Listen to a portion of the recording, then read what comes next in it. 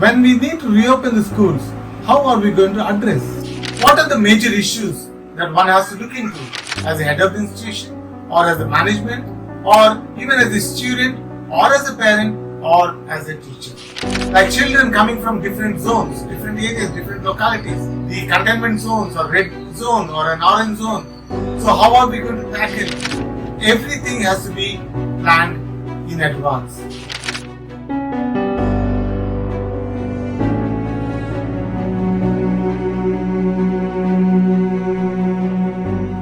My talk today is post-lockdown.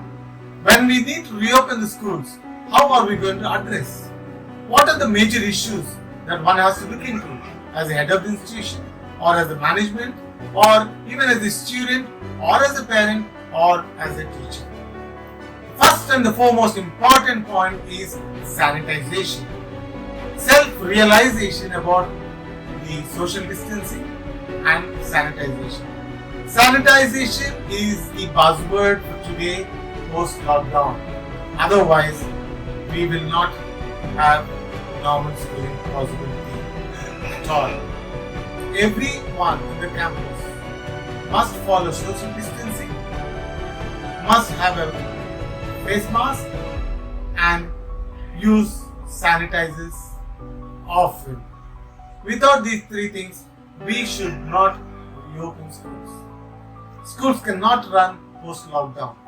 So let us plan.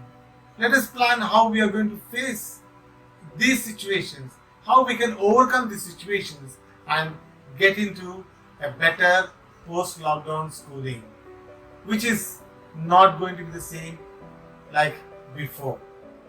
When I say about sanitization, social distancing, and sensitizing people around, the classroom staff, the support staff, the teachers, the office administrative staff, everybody needs to be taught about the rules and regulations, the new norms that becomes the order of the day. Even the students, the way they enter in, the way they walk, the way they go to the canteen, the way they sit in the classroom, it all matters.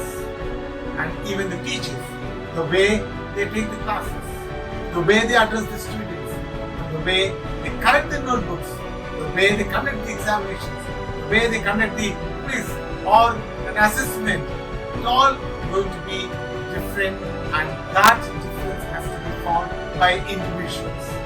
There is no tailor-made rule that this is how you have to follow. No. Each one has the liberty to look into the nuances. But as I said in the beginning, the three mantras are very essential. The social distancing, sanitization, and wearing face mask. Then, another important aspect, the playground situation is going to change. The norms are going to be changed. What you are going to rule and what you are going to tell the students, how they are going to play games, what kind of games are possible, what kind of games are not possible, one has to list out.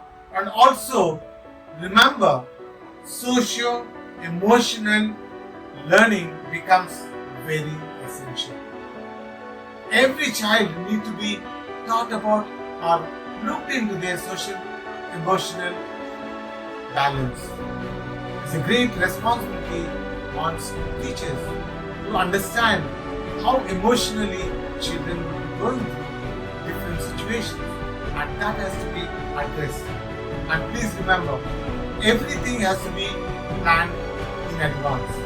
Even if, for example, let us say the first week of August is the schools that are going to start, or July, reopen. Plan to reopen 1 or 2 days in advance for the staff, for the IMS, for the support staff, and see that the entire block, entire classrooms, entire furniture is sanitized, and teach them or lay down the rules, ground rules of sanitization and social distancing. Make them thoroughly understand about the new rules, and then invite students, allow students staggeredly. Don't allow them to come like any normal school reopening day, like the whole classes from kindergarten to class 12 come at one point of time. No, it is not possible. It is going to be disastrous if you do that. And so we need to be well aware. Okay, maybe it is better that we ask some classes to come regularly, some class to leave early.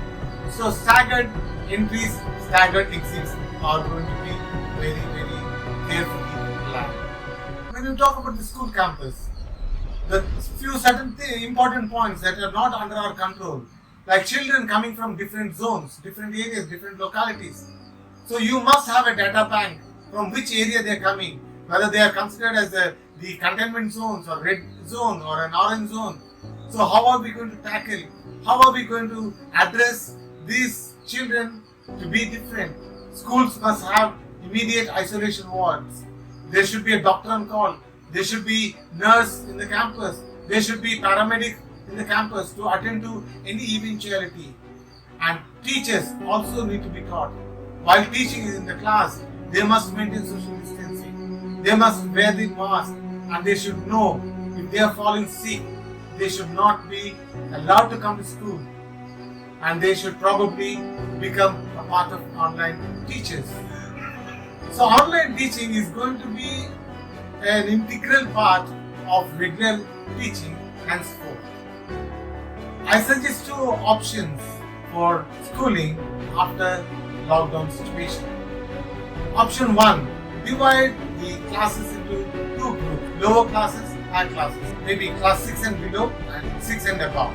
We can have one group from 8 o'clock to 12 o'clock, the other one 1 o'clock to 5 o'clock. Otherwise, if you want to reduce the number of hours, may it be 8 to 11 and 2 to 5 or 1 to 4, depending on this place, region, and knowing these situations that are prevailing in and around the schools.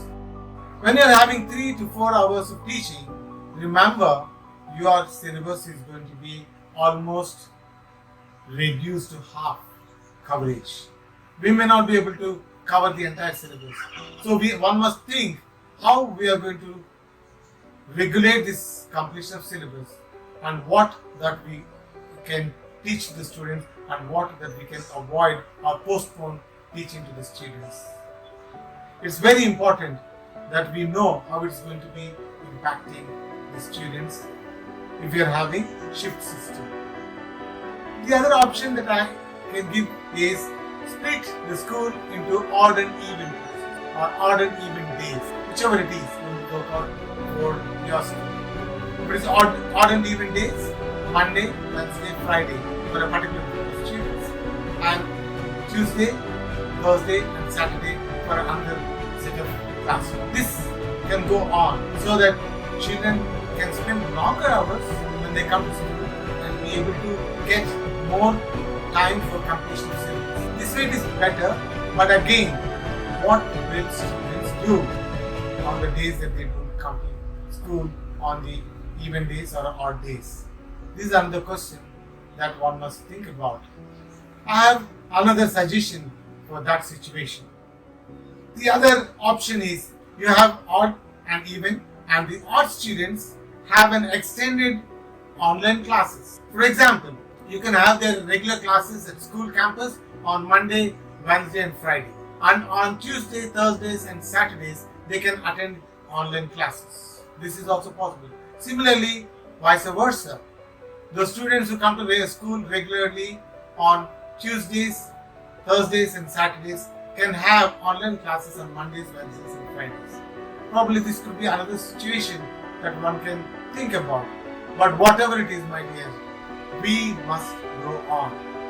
Teaching must go on. And schools must function. Schools must impact students' learning. And learning has to be a continuous process.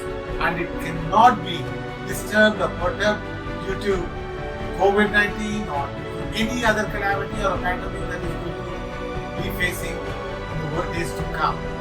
So let us think, let us put our thoughts and minds and churn out the best to come out. These are only few thoughts that I gave to you, but there are much more, many more valuable suggestions and thought processes that one must be coming up, and kindly do share with us so that we will be able to spread this good news to the schools that are not able to face this unprecedented situation. In a nutshell, I will show you a pictorial explanation how we can take care of all these things that has been discussed.